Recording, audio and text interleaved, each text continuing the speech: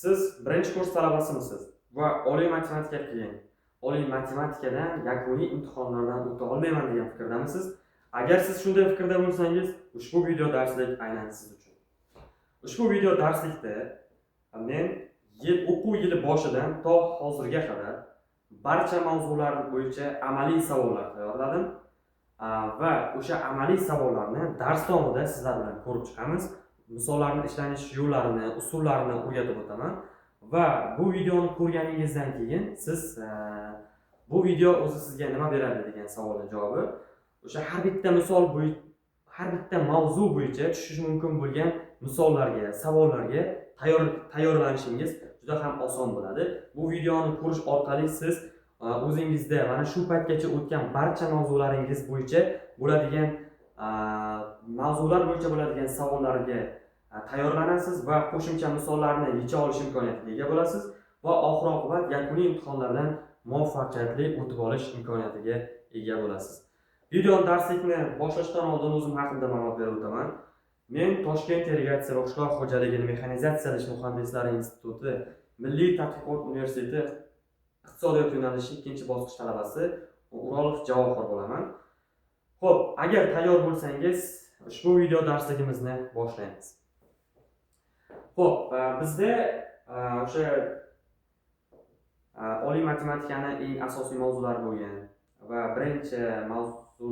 birinchi mavzular desak ham mubolag'a bo'lmaydi. Xo'p.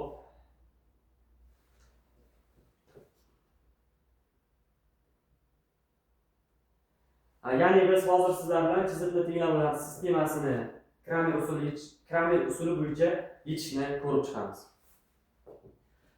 Xo'p, bizda chiziqli tenglamlar sistemasi berilgan. Kramer usulini bilan yechish uchun biz nima qilishimiz kerak? Xo'p, Kramer usuli bilan yechish uchun birinchi biz determinantimizni hisoblab olishimiz kerak. Va biz delta x'imizni hisoblab olishimiz kerak.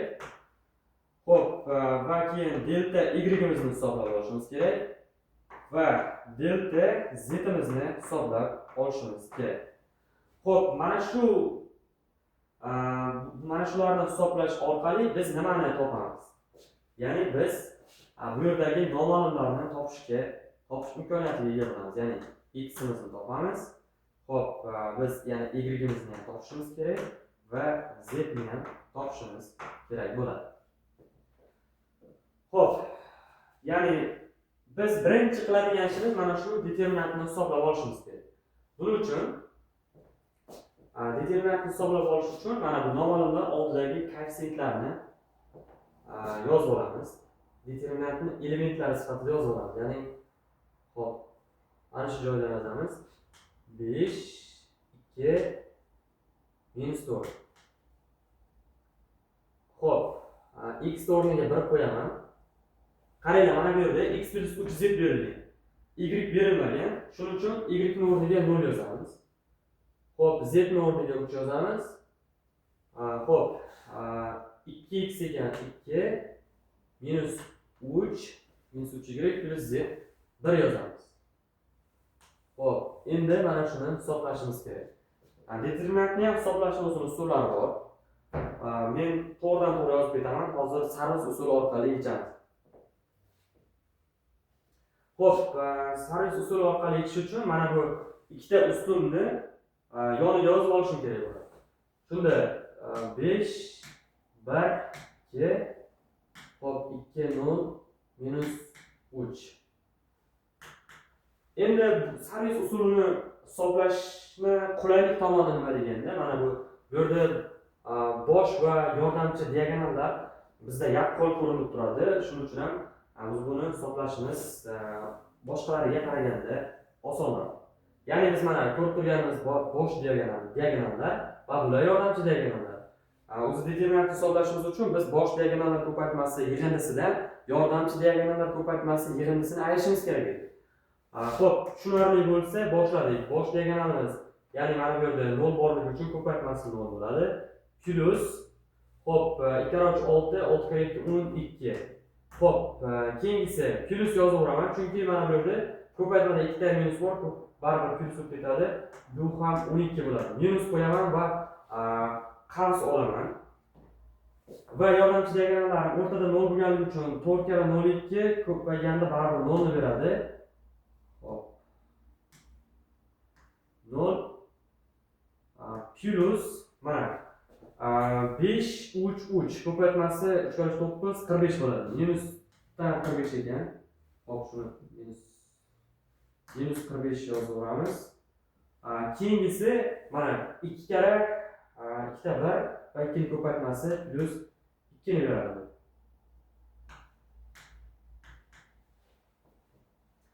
Hisoblaydigan bo'lsak, bu 24 va buni hisoblaydigan bo'lsak, minus kuruch bo'ladi va qavsni ochganimizda plus kuruch bo'ladi. Qo'shganimizda hop 67.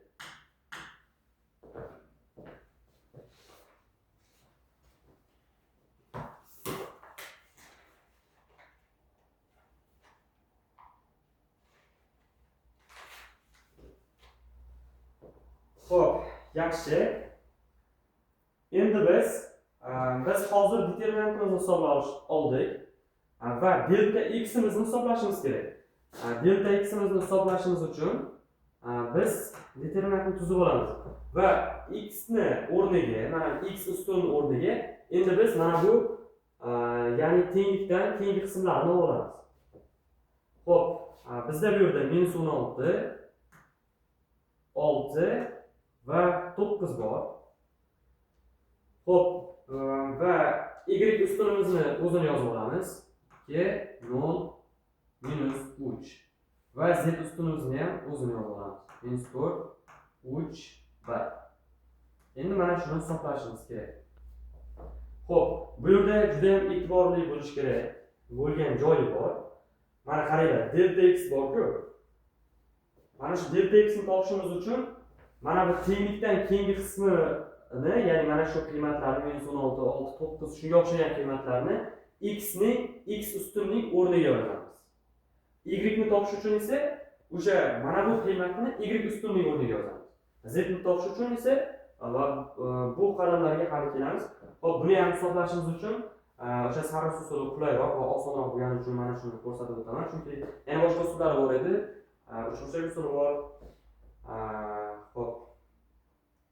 Va yana bir nechta usullar bor, bu qulayroq. Xo'p. -16 6 9 2 0 -3. Hisoblaydigan bo'lsak, bu yerda ham boshqa yordamchi diagramlar bor. Bosh diagramlarning ko'paytmasi 0 bo'ladi. Hop, 0 ana bu 4 09 va 16 3 ni ko'paytmasini hisoblaydigan bo'lsak, bu yerda 2 ta minus bor, plus bo'lib ketadi va 9 kara 16 90 54 144 bo'ladi. Xo'p, keyingisi 2 kara 6 12.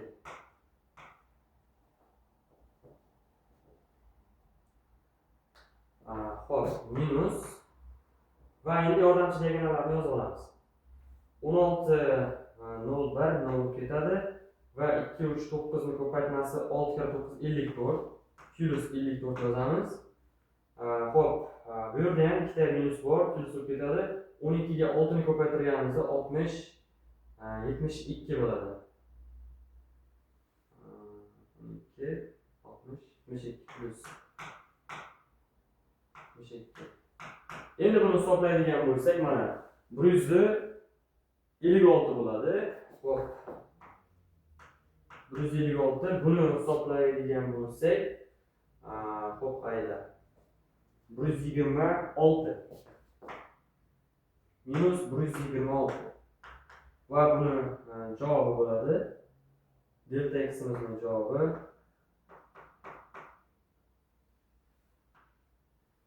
156 dan 126 ni ayiradigan bo'lsak, bizda 30 qolishi kerak. Xo'p, shu joygacha agar adashmagan bo'lsam,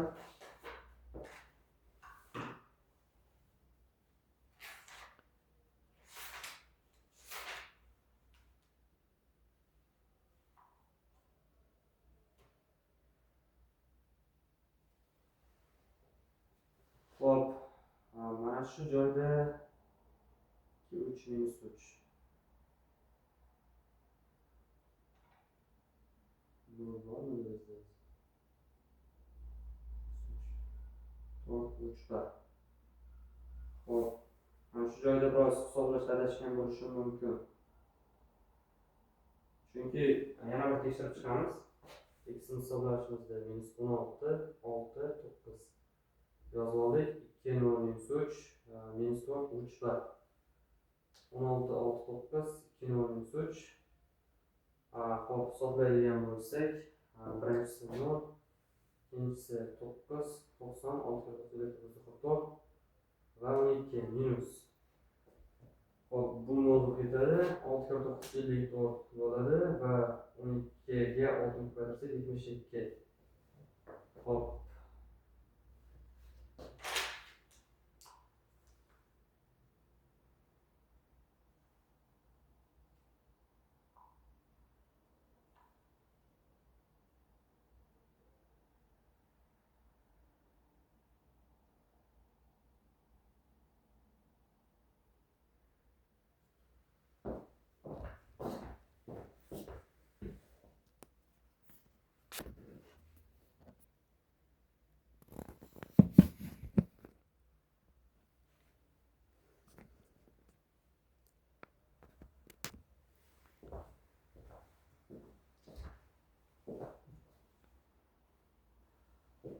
Xo'p, darsimizga qaytamiz.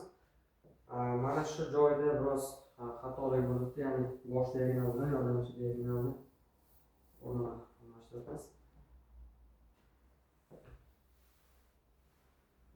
Xo'p, bu yerda mana bular bosh diagonal hisoblanadi, bular esa yordamchi diagonal hisoblanadi. Biz bosh diagonallar ko'paytmalari yig'indisida yordamchi diagonal ko'paytmasini ayirishimiz kerak.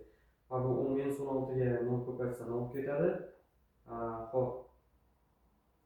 Keyingisi mana 2 3 6 9 54 plus 54 va 12 72 bo'ladi. Chunki minuslar plyusga ketadi, 4 12 72 plus 72. Xo'p, minus endi yordamchi diagonallarimiz 4 karra 0 ketadi. Xo'p, buni ko'paytirganimizda ikkita minus plyusga ketadi. 9 ga 16 ni ko'paytirsak 90, 54, 144 plus 144 va 2 kara 6 12 bo'ladi. Endi shuni hisoblashimiz kerak.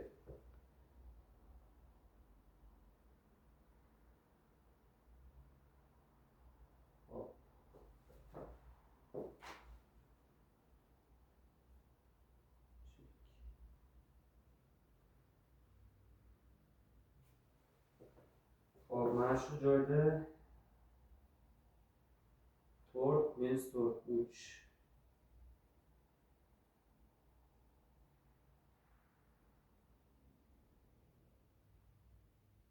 Chunki o'rtasida 3 bor. Baribir. Nalar chalkash mavjud bo'ladi shu joyda.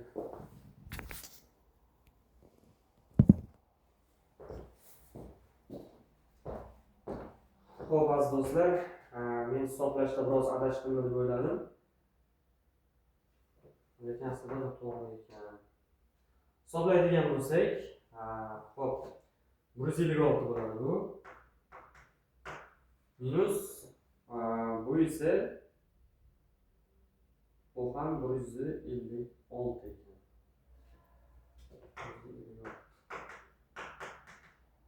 Mana shu joyda qayerdadir xatolik bo'lishi mumkin. Faqat hisoblashda. Bitta narsani o'rganib olinglar, ya'ni hisoblashimizda biz faqat bosh diagonal elementlar ko'paytmalaridan ko'paytmalar yig'indisini yordamchi diagonallar ko'paytmasini ayirishimiz kerak bo'ladi. Xo'p, bu joyni hozircha o'chirib turamiz va qaytadan hisoblaydigan bo'lsak,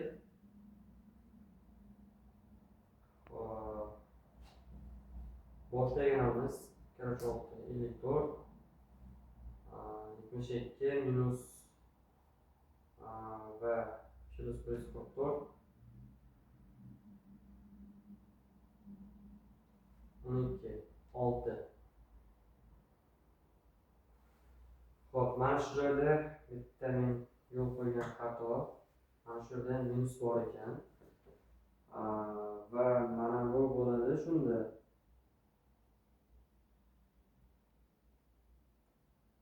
Hop, garochok 54 12 72. Mana bu joyda 72 ham minus 72 bo'ladi. Keyin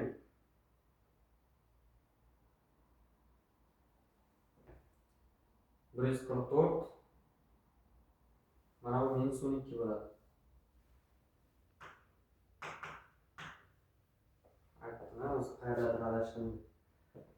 Xo'p, buni hisoblaydigan bo'lsak, 54 dan 72 ni ayirsak 14 8 1 bo'ladi, minus 18 bo'ladi bu. Hop, va bu esa 132 bo'ladigan bo'lsa, minus 132. Bu minus 150 bo'ladi adashmasam. Minus 150 bo'ladi.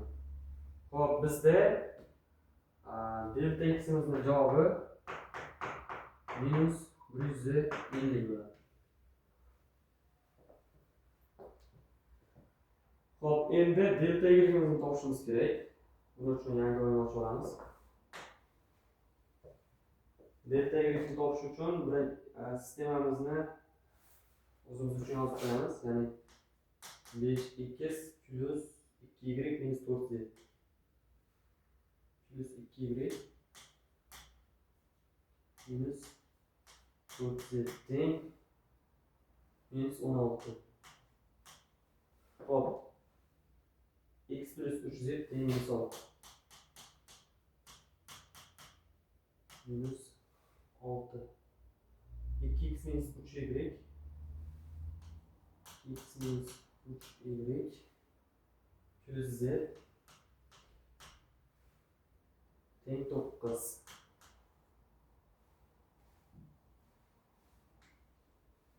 Hop, biz delta y'imizni topishimiz kerak. Delta y'ni topish uchun mana bu o'sha tenglikdan keyingi qismimizni y'ni o'rniga yozamiz. Determinantni hisoblayotgan. Hop, bu yerda 5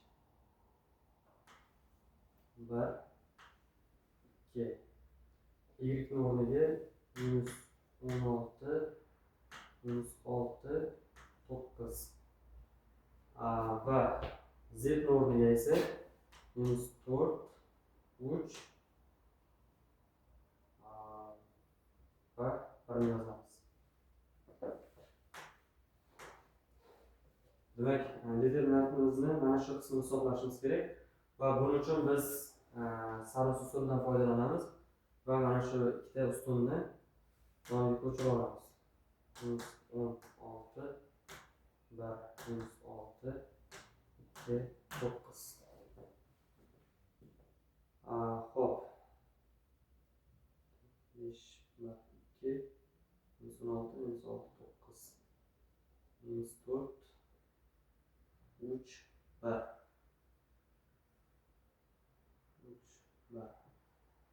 5 1 2 minus 16 minus 6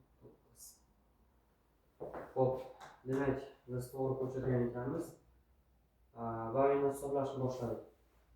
Buni hisoblash uchun mana bosh diagonallar elementlarini ko'paytiradi. 5 kira 30 minus 30. Hop, 2 kira 6 60 96 minus 96 minus 96. Hop,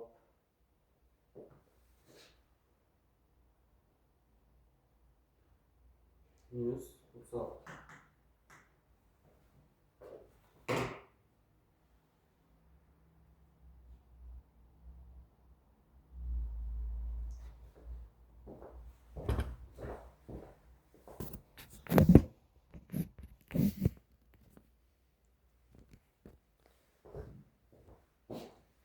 Hop, davom ettiramiz. Endi yordamchi diagonal 24 48 bo'ladi. Minus falso ochib olaman. Bu yerda ikkita minus bo'lganligi uchun plus 48 bo'ladi. Xo'p. Keyingisi 5 kare 3 15 9 ga ko'paytiradigan bo'lsak 90 45 135. Bu yerda plusdan 135 bo'ladi. Xo'p. Keyingi qismi plus 16. Minus 16 bo'ladi. Va buni hisoblaganimizda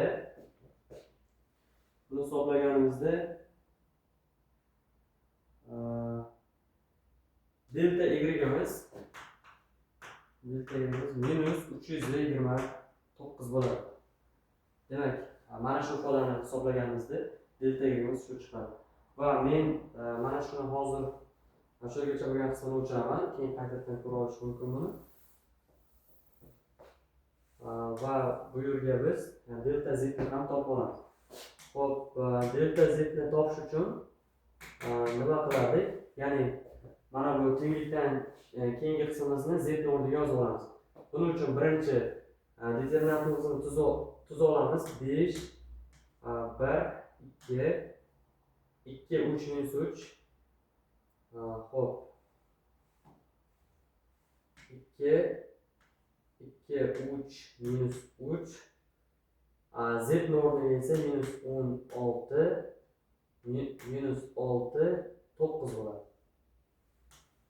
Mana delta z'imizni determinantini tuzib oldik. Buni yechishimiz uchun sarash usuli, ya'ni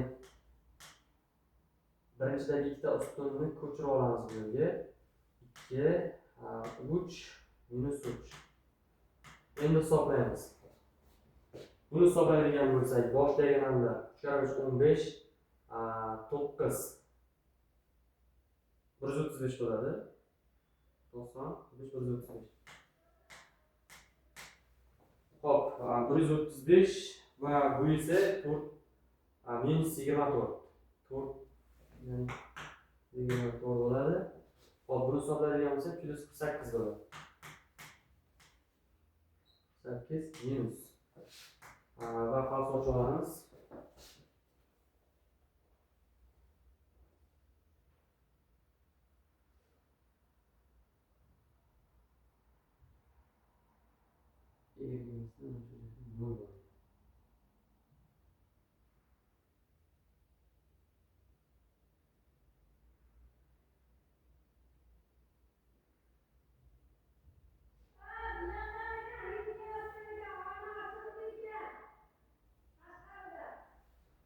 Xo'p, o'rtoqlar, bugun charchagan ko'rinaman. Bu yerda yana bir adashibmiz biz. Mana bu yerda x plus 3z bor edi, y yo'q. Y o'rniga men mana bu z dagi qiymatni qo'yib yuboribman. Mana shu xato bo'ladi-da hozir. Va shuni qaytadan ishlaymiz.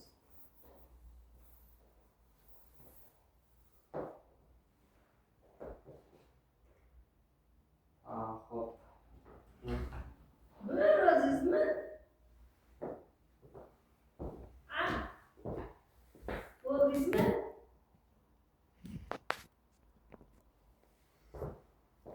Xo'p, delta z'imizni determinantini tuzib olamiz. Bu yerda biroz shoshdim.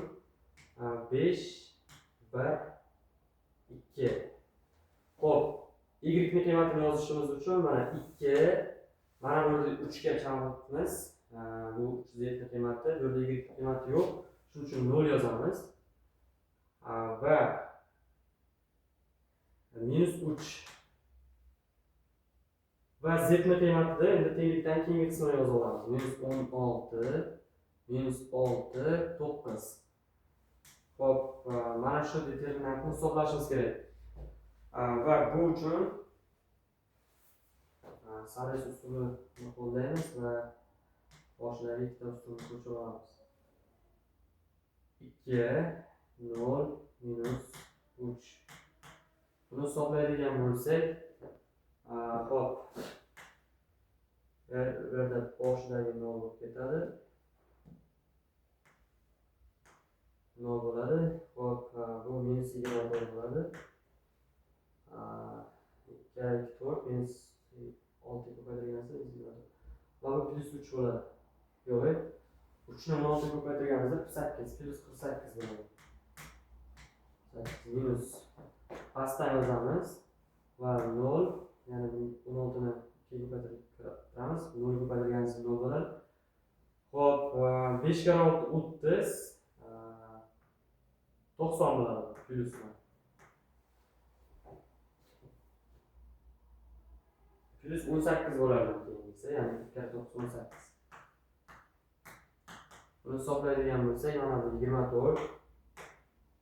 Buni hisoblaydigan bo'lsak 108 minus 108. Endi 108 dan 24 dan ayirganimizda xo'p minus 84 bo'ladi. Mana bu esa delta z-imizni qiymatı minus 84. Xo'p, bizda hammasini topib oldik.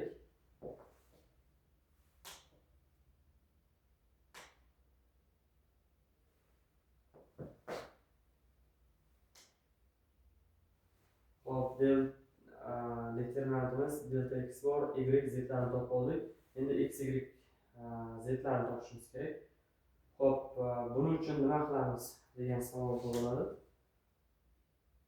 Xo'p, yangi yo'nalishni olamiz. Mana x ni topishim uchun men delta x ni deltaga bo'lishim kerak. Buning uchun menda delta x ni nechiga tengligini bilib olamiz hozir. Delta x imiz minus 150 ga teng ekan. Deltamiz esa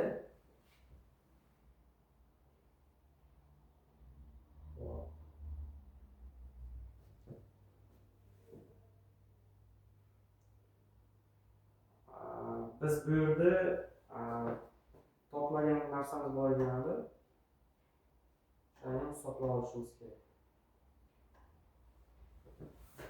Xo'p, delta z ni qiymatini mana bu joyga yozaman. Delta z bu minus 84 ga teng. Va mana bu qismini o'chirsam bo'ladi.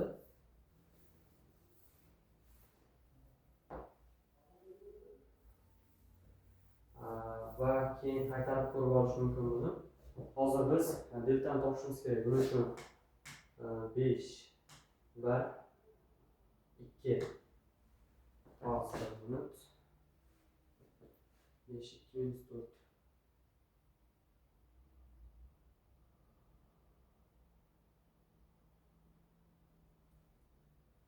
4. Bugun haqiqatdan charchagan ko'rinaman. Deltani qiymati bor ekan hozir 67 ekan. Va bu minus 150 edi.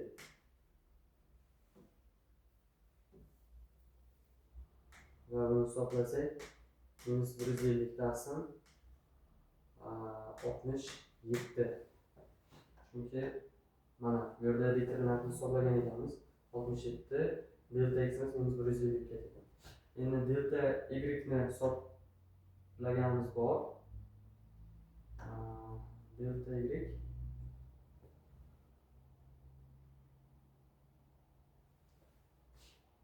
hop delta y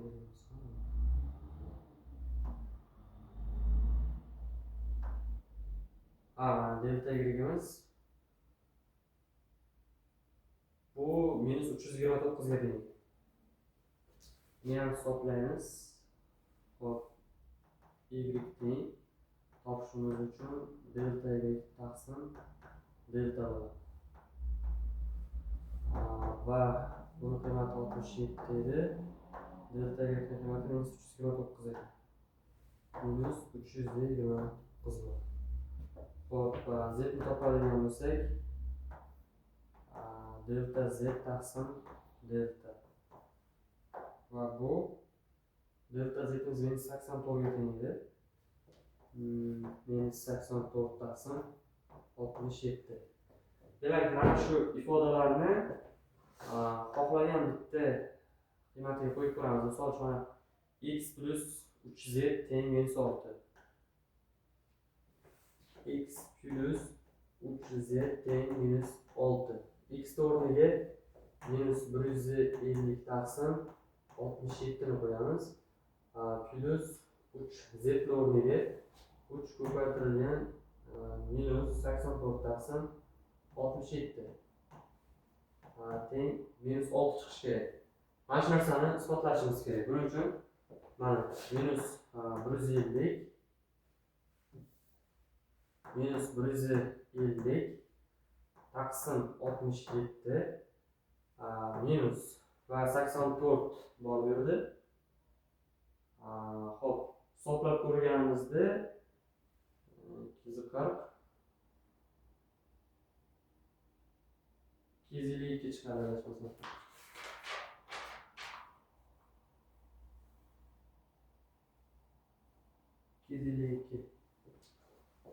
Minus 252 taqsim 67 bo'ladi.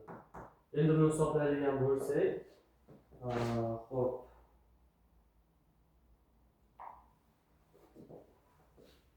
Buni hisoblaydigan bo'lsak, 300 ni 900 adashmasam.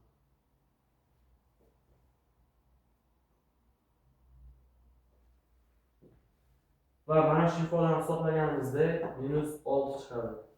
Demak, teglama qanoatlangan bo'ladi. Demak, hozir sizlar bilan birinchi mavzuyimizga oid misollarni ko'rib chiqdik. Endi navbatdagilarini ko'ramiz.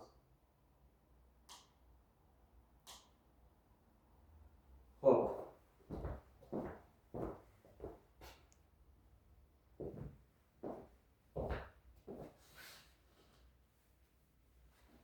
İkinci misol. Uchburchakning ABC uchlari berilgan. Xo'p, uchburchakning ABC uchlari berilgan. Xo'p, A uchining qiymati -3/5.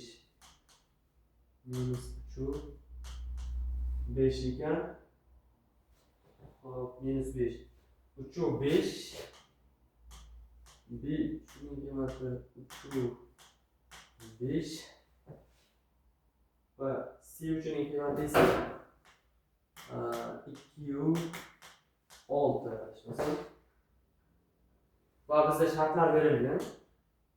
Birinchi biz A shartini bajarishimiz kerak. A shartida esa AB va BC tomonlar tenglamalari va B burchagini toping debdi. Biz AB tomoni tenglamasini va BC tomoni ham tenglamasini topishimiz kerak. B va BC va biz mana shu B burchagini ham topishimiz kerak. Xo'p, buning uchun nima qilamiz? Biz AB tomonining tenglamasini topishimiz uchun ya'ni ikki nuqtadan o'tuvchi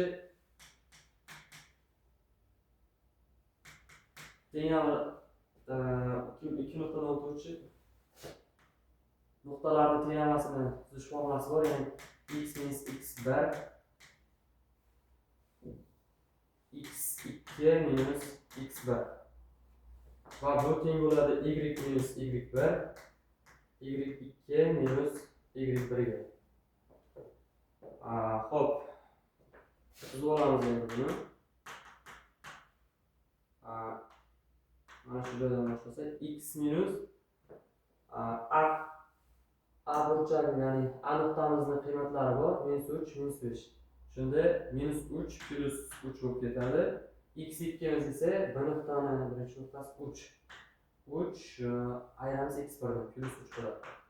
Va bu teng bo'ladi. Xo'p, y minus bu yerda plus 5 bo'lar ekan. Chunki 5 minusdan. Xo'p, 5 plus 5 bo'ladi. Chunki y2 dan y1 dan yapishimiz kerak. Buni topishimiz uchun mana bu x plus 3 taqsim 6 teng y plus 5 taqsim 10 ga bo'ldi. 2 ga qisqartiradigan bo'lsak 5. Bu yerda 10 edi. 2 ga qisqartiradigan bo'lsak 5, 2 ga qisqartiradigan bo'lsak 3.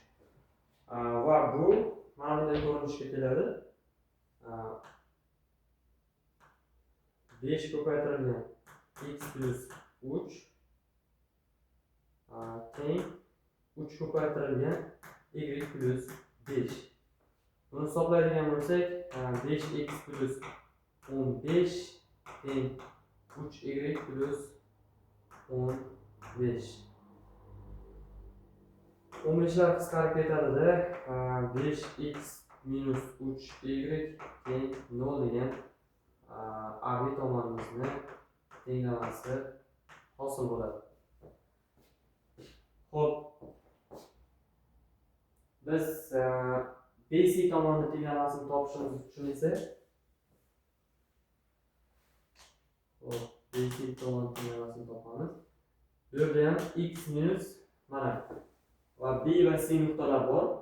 X minus mana shu formula bo'yicha topiladi. X minus x1 x2 taqsim x2 taqsim x minus 1 x2 minus x1. Shunda 3 BC nuqtamiz 2 minus 3 teng y minus 5 6 minus 5 bo'ladi. Va bu x minus 3 taqsim minus 1 y minus 5 taqsim 1 va bu x minus 3 teng 5 minus y bo'ladi. Shunda x plus y minus 8 teng 0 degan tenglamamiz hosil bo'ladi. Bu esa BC tomonni tenglamasi. Xo'p, keyingi ishimiz, ya'ni biz B burchakni topishimiz kerak. Qo'shimcha oynani ochib olamiz. B burchakni topishimiz uchun uchburchakni chizaman.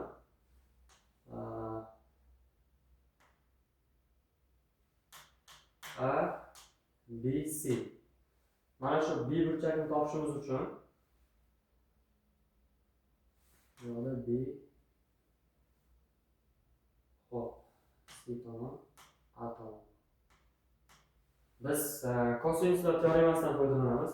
Kosinuslar teoremasining formulasi esa xo'p A kvadrat plus C kvadrat minus 2AC kosinus B edi. Xo'p, bizda mana bu tomonlarning qiymatlari kerak bo'ladi. Shuning uchun ham biz o'sha burchaklarni yana qaytib yozamiz. Minus 3 minus 5 minus 5. B burchagimiz esa 2 6. C burchagimiz esa 2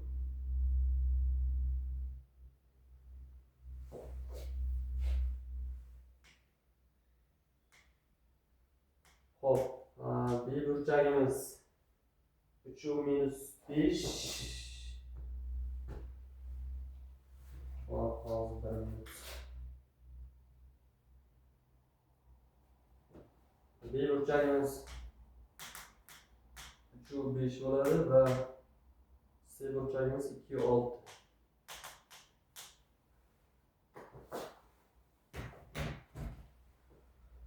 Xo'p, endi biz mana bu A, B, C larni qiymatini topib olishimiz kerak. Buning uchun misol uchun mana C ni mana shu AB tomonining uzunligini topishimiz uchun, ya'ni biz AB ni uzunligini hisoblaymiz.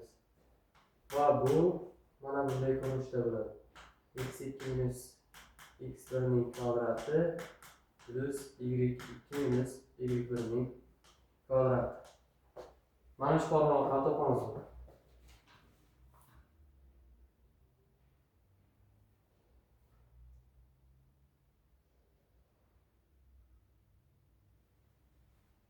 Xo'p, buni hisoblaydigan bo'lsak, x2 minus 3 plus 3 ning kvadrati bo'ladi. Plus y2 bizda 5 plus 5 ning kvadrati bo'ladi.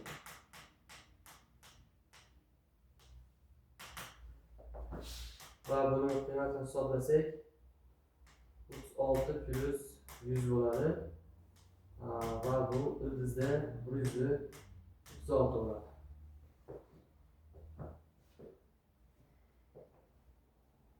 Demak, C'miz 136 ekan.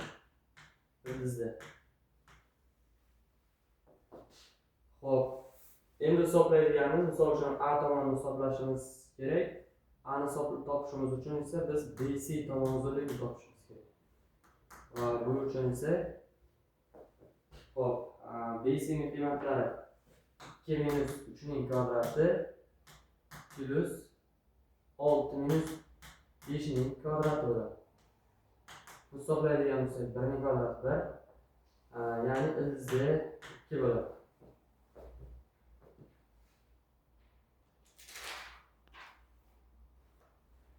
Xo'p, va keyin biz B ni topishimiz kerak. Bizda mana. Xo'p, BC'miz A ga teng. Biz 2 ga teng desak bo'ladi. Va biz AC tomon uzunligini topishimiz kerak. AC tomon uzunligini topishimiz uchun esa 2 minus plus 3 ning kvadrati yuqoridagi formula bo'yicha plus xo'p, AC tomoniga 6 plus 5 ning kvadrati. Va bu bo'ladi 5 ning kvadrati 25 plus 11 ning kvadrati 121. Va buni bo'ladiki 146 bo'ladi bizda. Xo'p, demak bizda B'miz 146 ga teng. Xo'p, endi nima qilamiz? Formulaga qo'yadigan bo'lsak, B ning kvadrati, B bizda 146 ga teng. Kvadrati ildiz yuqori 146 ning o'zi bo'ladi. A ning kvadrati bizda 2, ya'ni kvadrati bo'lib ildiz yuqorida 2 bo'ladi. Plus C kvadrat. 136 ga 136 ning o'zi bo'ladi. Minus 2 ko'paytirilgan, ikkalasini birlashtirib yuboraman. A ning qiymati 136 bilan C ning qiymati xo'p. Yo'q, A ning qiymati 2 bilan C ning qiymati 136. Ko'paytirilgan kosinus B. Mana shu joyda yozishimiz kerak. Va biz kosinus B ni topadigan bo'lsak, kosinus B burchak topadigan bo'lsak, ya'ni tarafga o'tkazdik deb hisoblasak, 136 138 minus 146 bo'ladi. Va taqsim 2 ko'paytirilgan ildizda ya'ni 272 bo'ladi. 272. Xo'p, kosinus B'miz 138 dan 146 ni ayiradigan bo'lsak, minus bu bo'ladi, minus 8 bo'ladi. Minus 8 bilan 2 chiqarib minus 4 bo'ladi. Ya'ni minus 4 taqsim ildizda 272.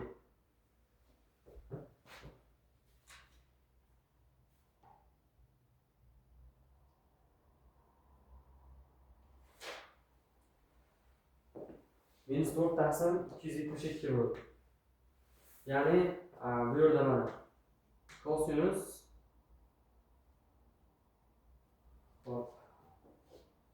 boshqa shartlarimiz ham bor. Shuning uchun kosinus B'miz minus 4 taqsim ildizda 272.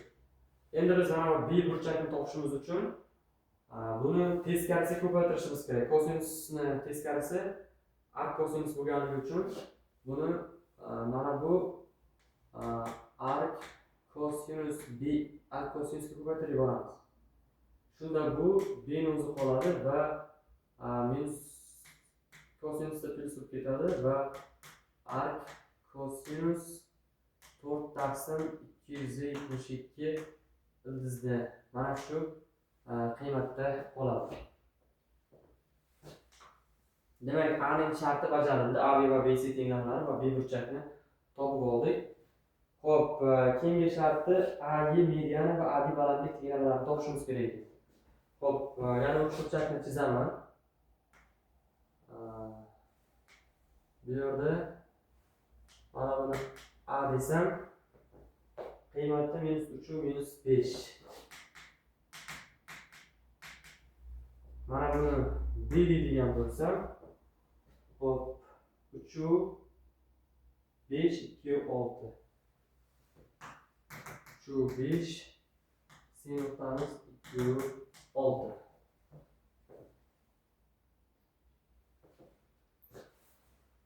Endi bizda AG medianani topishimiz kerak va AD balandlik. Xo'p, mana buni taxminan AG mediana deydigan bo'lsak, xo'p, buni x1 y1 ni topishimiz uchun xo'p, biz mana shu Y nuqtani koordinatalarini topishimiz kerak. Va bu uchun biz nima qilamiz? Xo'p, mana shu x1 ni topishimiz uchun men mana bu ikkita koordinatani har bitta mos xatlarini, mos koordinatalarini qo'shib 2 ga bo'laman. 3 bilan 2 xlar taqsim 2 bo'ladi. Y'lar 5 bilan 6 taqsim 2 bo'ladi. Shunda bizni Y nuqtamizni bu x1 edi, mana bu y1. Y nuqtamizni qiymati 3 ga 2 5 taqsim 2 bo'ladi. X'imiz 11 taqsim 2 bo'ladi.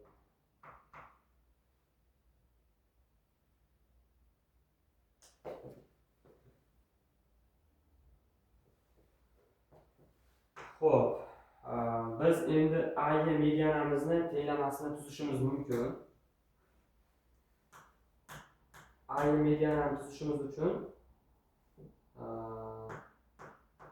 tenglamasini tuzishimiz uchun biz nima qilamiz? Yuqoridagi formuladan foydalanamiz. Ya'ni x minus x1 taqsim x2 minus x1, y minus y1 taqsim y2 minus y1. Xo'p, x minus AG bo'lganligi uchun A nuqtamizning x'i 3 ga teng birinchisi va bu esa 5 taqsim 2, 2,5 plus 3 bo'ladi va y minus y bor. Y plus 5 bo'ladi yuqoridagi. Bu esa x y2 ya'ni 5,5 minus 5,5 plus 5. Mana shu ko'rinishda bo'ladi. Buni hisoblaganimizda x plus 3 taqsim 5,5 bo'ladi va y plus 5 taqsim 10,5 bo'ladi. Endi buni tenglamasini tuzishimiz uchun mana 10,5 x plus 3 teng 5,5 y plus 5 bo'ladi. Va mana shu AG medianani tenglamasi bo'ladi. Qolganini o'zlari hisoblab olasizlar. Mana bu 10,5 ni ko'paytirib chiqish kerak, 5,5 ni ham ko'paytirib chiqish kerak bo'ladi. Xo'p, biz AG medianani topdik. Endi biz AD balandlikni ham topishimiz kerak. AD balandlikni topishimiz uchun yangi o'yin ochamiz va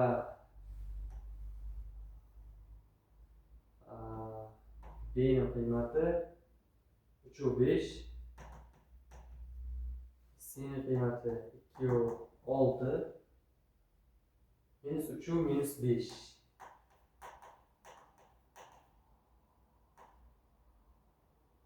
Minus 3 minus 5.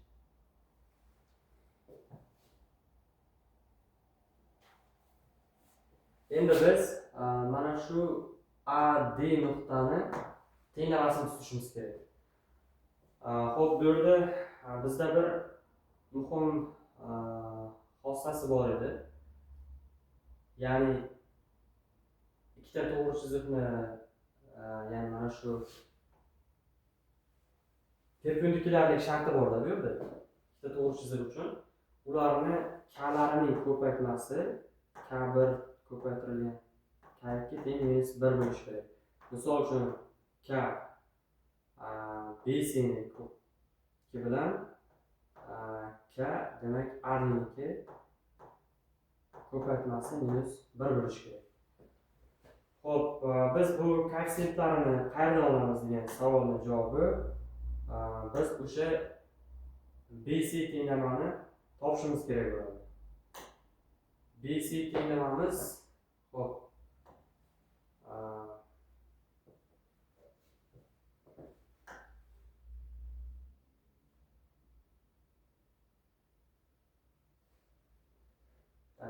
mana BC tenglamamiz x plus y minus 8 teng 0. X plus y eslab qolishimiz kerak. Ya'ni BC ning tenglamasi x plus y minus 8 teng 0 ekan. Y ni topadigan bo'lsak, mana y teng minus x plus 8.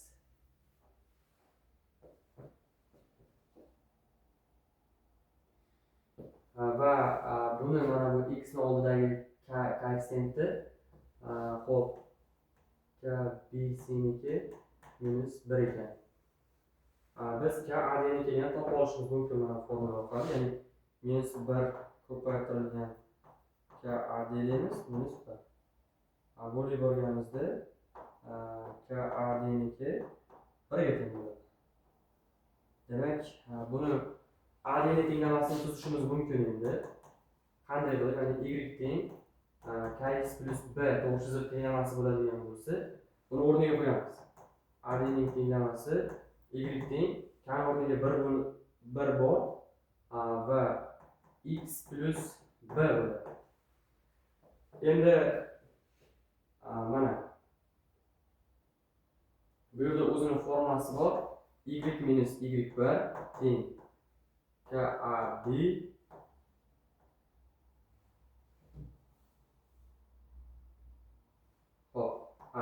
minus y1 x minus x1 va mana bu A nuqtani koordinatalari mana shu formulaga qo'yib yuboramiz. Ya'ni y minus y1 minus 5 plus 5 bo'ladi va bu 1 ni yozganimizda hech ta'sir qilmaydi baribir. X minus hop plus 3 bo'ladi. Shunda y minus x plus 2 teng 0 degan. Hop, AD tenglamamizning AD ya'ni ana to'g'ri chizig'imizning tenglamasi bo'ladi. Xo'p. Va chizmalarni C shartida esa chizmalarni chizing degan, mana shu chizmalar shu ko'rinishda bo'ladi. Va biz keyingi misolimizga o'tamiz. Berilgan chiziq va to'g'ri chiziqlarning kesishgan nuqtasidan xo'p. Va men